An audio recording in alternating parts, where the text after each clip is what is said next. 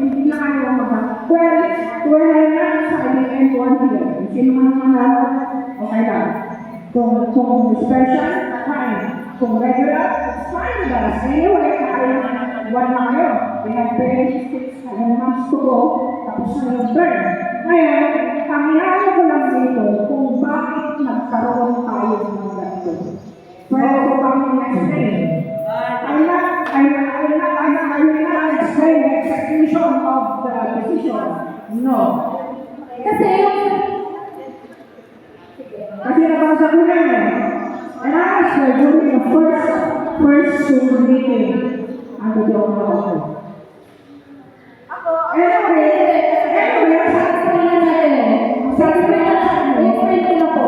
ang nangyari ko kasi nga yan, nung sinabi nila, humingi ko kasi ang complainant na compromise agreement. So, sino ba naman kami para hindi na magkaroon ng compromise agreement? Nagkaroon po ng compromise agreement, kaya pumunta po kami sa isa. So, yun po, yung sabi nila, sige, mag-usap kayo, kung ano yung nakasasaban ninyo, parehang pang-hers, say, parehang panig. So, sabi nila meron, ano yung napag-usapan ninyo? So, sabi nila, magkakaroon na, nag-request sila na magkakaroon na tayo ng eleksyon. Sabi na, gusto pa tayo magkakaroon ng eleksyon. Katatapos lang tayo ng eleksyon natin. Kasi yung tayo is November, ang eleksyon natin, nagkaroon tinawag na kami ng isa ng December. Tapos na pala, sabi ng navigator namin, tapos na pala. So, parang hindi na, parang magkakabitalan na, o sige, magkakaroon na ng special meeting. So, punta ka na sa inyo, sa court ay sa subdivision ninyo, para malaman ninyo kung sino ang pababor na special and regular meeting at sino ang pababor na special meeting. Ito lang naman po eh. Pwede ba? Majority of them, hindi alam kung bakit nakakot tayo. Sa inyo ba, itasang kamay kung sino nakakot kung bakit ito? Okay. Ako po.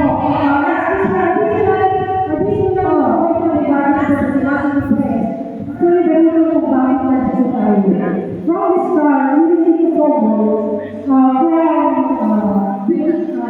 complainant from Bolado,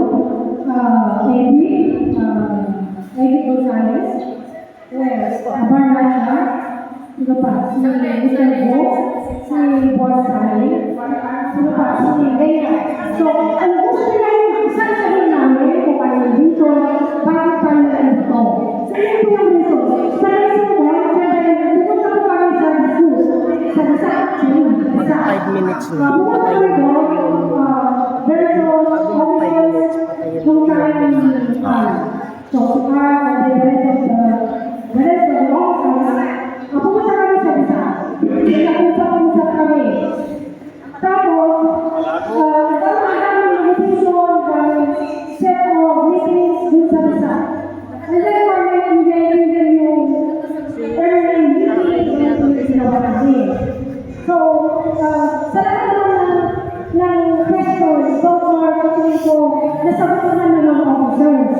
And then finally, nung last na meeting namin with isa, with the Jacob, sinabi niya na compromise. You need to compromise. Para na na-settle na yung problema. Kasi,